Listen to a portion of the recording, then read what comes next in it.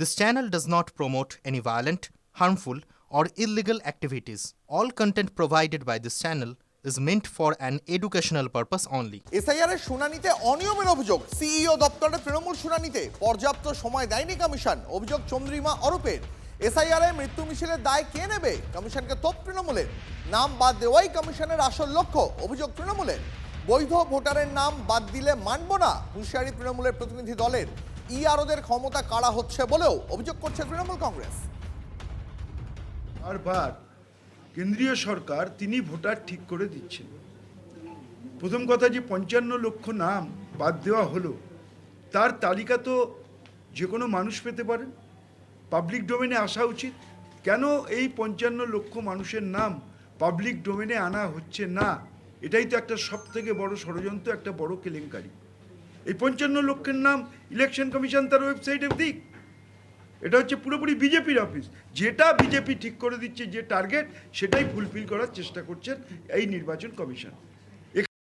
ইআরওর যে নির্বাচনী এই প্রক্রিয়াতে তার যে ক্ষমতা, সেই ক্ষমতাটাকে কেড়ে নেওয়া হচ্ছে, এটা চলতে পারে না। ইআরওর ক্ষমতা কেড়ে নেওয়া হচ্ছে। এই স্কুলের কোনো ব্যাপার কি অন্য কোনো রাজ্য থেকে তাকে তার ভেরিফিকেশনের বৈধতা নিয়ে আসতে হবে, তারা 5 দিনের মধ্যে কি করে এই কাজটা করবে? অর্থাৎ আপনি মানে মুখে সময় দিচ্ছেন কিন্তু বাস্তবে কোনো সময় দিচ্ছেন না। আরে বাদ গিয়েছে কেন? উপযুক্ত তথ্য দেননি, উপযুক্ত কানেকশন দেখাননি। স্বাভাবিকভাবেই তাদেরকে ডেকেছে। ইলেকশন কমিশন তো চিরতরে নাম বাদ দিয়ে দেয়নি, ডেকেছে, কাগজপত্র পরীক্ষা করবে।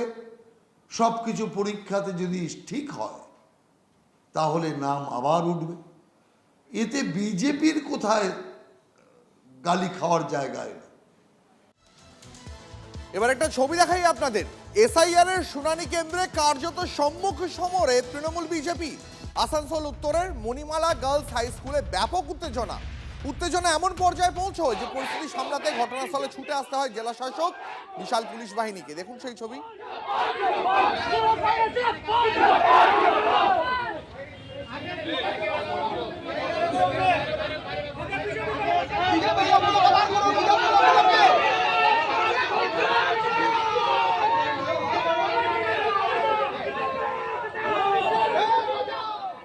আর একবার যে ছবি আপনাদের দেখাবো, এসআইআর এর শুনানি কেন্দ্রের সম্মুখ সমরে তৃণমূল বিজেপি। আসানসোল উত্তরের মণিমালা গার্লস হাই স্কুলে ব্যাপক উত্তেজনা। পরিস্থিতি সামলাতে ঘটনাস্থলে জেলা শাসক, বিশাল পুলিশ বাহিনী। সেখানেই কার্যত মুখোমুখি সম্মুখ সমরে দুই দল দেখতে পাচ্ছেন আপনারা জানেন আজ বাংলা জুড়ে এসআইআর এর শুনানি শুরু হয়েছে, আর সেই শুনানি কেন্দ্রেই সম্মুখ সমরে তৃণমূল বিজেপি। যেখানে এসআইআর এর হিয়ারিং চলছে, সেই স্কুলের গেটের বাইরে ঝান্ডা লাগিয়ে ক্যাম্প হয়েছিল। তার প্রতিবাদ সাধারণ মানুষ করেছে এবং আপনারা দেখতে পাচ্ছেন যে এখানে মানুষকে আতঙ্কিত করার জন্য, যাতে এই হিয়ারিং প্রক্রিয়া বিঘ্নিত হয়, যাতে মানুষ এখানে ভয়ে না আসে, তার কারণে এরকম একটা পরিস্থিতি তৈরি করার চেষ্টা করছে। কার্যকর্তাদের উপর অতর্কিত হামলা তৃণমূল দুষ্কৃতীদের দ্বারা, এবং তারা হসপিটালাইজড রয়েছে, চেয়ার টেবিল ভাঙচুর রয়েছে, ক্যাম্প ভাঙচুর রয়েছে, এবং পুলিশ প্রশাসনের সামনে পুলিশ সহায়তা কেন্দ্রে এইরকম বাধা দিচ্ছে। এবং ডিএম সাহেব এখানে পৌঁছালেন এই ঘটনার পর। আমরা কমপ্লেন করেছি, যেখানে জানাবার ডিএমের সামনে শতাধিক তৃণমূল কংগ্রেস কর্মী ঝান্ডা নিয়ে সেন্টারের ভিতর ঢুকে গেল। এসআইআর প্রক্রিয়া কীভাবে সুষ্ঠুভাবে হবে, এটা একটা প্রশ্নচিহ্নের সামনে রয়ে গেল। এসডিও সাহেব ওনারা বলেছেন ওখান থেকে সরে যেতে, ওটাতে কিছু মিসকমিউনিকেশন হয়ে এই ঘটনাটা ঘটেছে। আমি তারপরে ভিজিট করার সময়ও দেখলাম কিছুটা ওই উত্তেজনা চলছিল। আমি দুজনকেও অনুরোধ করলাম, ওরা যারা করলো, এটা ইসিআই এর কোনো গাইডলাইন নেই হেল্প ডেস্ক করার, আর ভিতরেও কেউ পলিটিক্যাল পার্টিরা আসতে পারবেন না, এটা পরিষ্কার করে ওদেরকে বুঝিয়ে দেওয়া হলো। এবার এসআইআর এর শুনানি কেন্দ্রে ঢুকে ধমক উত্তর হাওড়ার বিধায়কের। বয়স্ক এবং অসুস্থ মানুষকে হেনস্থা করা হচ্ছে, অভিযোগ তৃণমূল বিধায়ক গৌতম চৌধুরীর। শুনানির সময় একতলায় হিয়ারিং এর ব্যবস্থা না করে 3 তলায় করা হয়েছে। এর জন্য বয়স্ক এবং অসুস্থরা শুনানিতে এসে সমস্যায় পড়ছেন, অভিযোগ তৃণমূল বিধায়কের। এরপরেই তড়িঘড়ি শুনানি কেন্দ্রের একতলায় হিয়ারিং এর ব্যবস্থা করে কমিশন। এটা ঠিক না, আপনি কথা বলুন। তাহলে আজকে হিয়ারিং এর জন্য কেন আপনি উপরে তুলতে হবে? তো একদিকে একরকম নিয়ম একদিকে একরকম নিয়ম হতে পারে না। আপনি নিচে করুন প্লিজ। কোথায় এরা এত মানুষকে এখানে হয়রানি করে দিচ্ছে। ভোট যদি বাড়িতে নিতে পারে হিয়ারিংও বাড়িতে গিয়ে করবে বয়স্ক মানুষকে। এটা কি হচ্ছে? আপনারা তো কি হলো বলুন, আপনাদের প্রবলেম হচ্ছে না? এবার বলুন দেখিনি বয়স্ক লোকগুলোকে তিনতলায় করে ইনি কি করে তিনতলায় যাবে বলুন তো? এর বাড়িতে কেন হেয়ারিং হবে না? আমি এই সমস্ত মানুষগুলোকে নিচে করাবো। আমি নিচে টেবিল পেতে দিয়েছি। আর কি আমাদের বাবা মার মতো এরা কোথায় যাবেন বলুন? শুধু হেয়ারিং ডাকা। বাপ ঠাকুরদের এখানে জন্মগ্রহণ করেছে তারপরেও ডাকা হচ্ছে, তাও এসছে। আপনি এবার তিনতলায় কি করে যাবেন বলছেন? সমস্ত ঠিক আছে, এবার আপনারা হেয়ারিং তবুও মামুলি তাজ্জুব বাত হ্যাঁ। अरे आपको तीसरा हम ग्राउंड फ्लोर में जगह कर दिया था। हेलो कर रहा আমাদের প্রতিনিধি সুব্রত এই মুহূর্তে রয়েছে আমাদের সঙ্গে। সুব্রত, এসআইআর এর শুনানি কেন্দ্রে ঢুকে কোনো রকম অনুরোধ বা মানে অনুরোধ নয়, একেবারে সোজাসুজি ধমক দিতে শুরু করে দিলেন উত্তর হাওড়ার বিধায়ক। পরিস্থিতি এই পর্যায়ে পৌঁছলো কেন? দেখো, একেবারে আমরা জানি এসআইআর শুরু হতেই কিন্তু উত্তর হাওড়ার এই বিধায়ক রাস্তায় দাঁড়িয়ে তিনি মিটিংয়ে বলেছিলেন যে কাগজ আমরা দেখাবো না, অর্থাৎ হিয়ারিংয়ে কোনো রকম ভাবে অংশগ্রহণ করবেন না মানুষজন।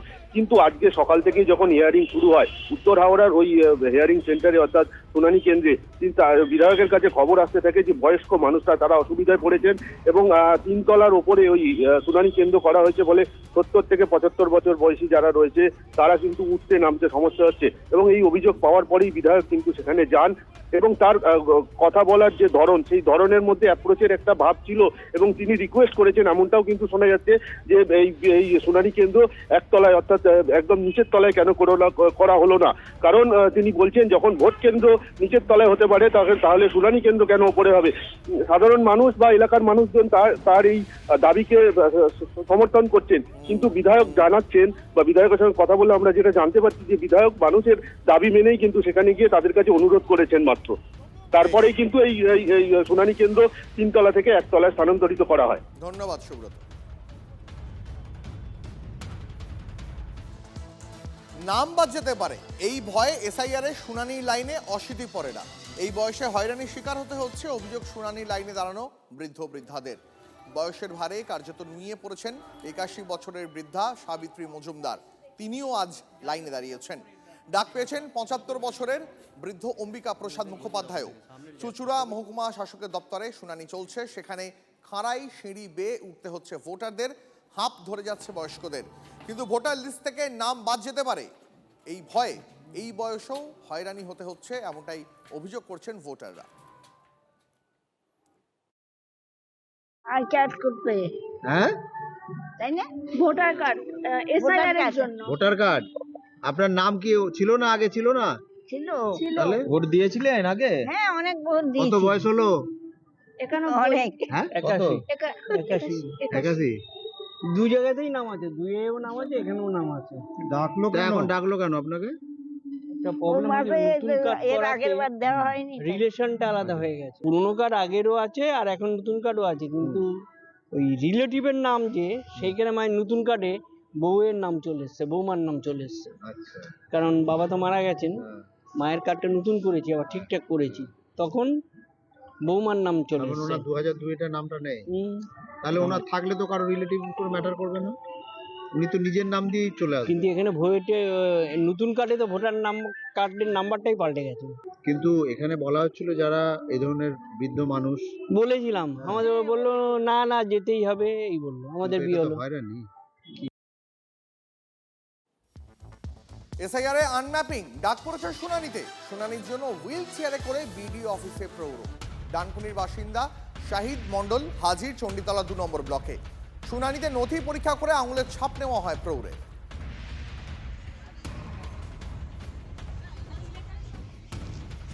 এখানে আমাকে ডেকেছিল। আচ্ছা, আমি এই কারণেই যে এসেছি, আমার এই প্রবলেমের জন্য। হ্যাঁ, প্রবলেম আমার মিটে গেছে, আসছি আর বাড়ি যাচ্ছি। ভোটার কার্ড আছে? ভোটার কার্ড আছে। সেগুলো দেখিয়েছেন? হ্যাঁ সব হয়। কি করেন আপনি? মানে আগে জোগাড়ে কাজ করতো, এখন ভিক করে খাই, এই এর যে কাছে ওর কাছে চেয়ে খাই। সমস্যা হলো না?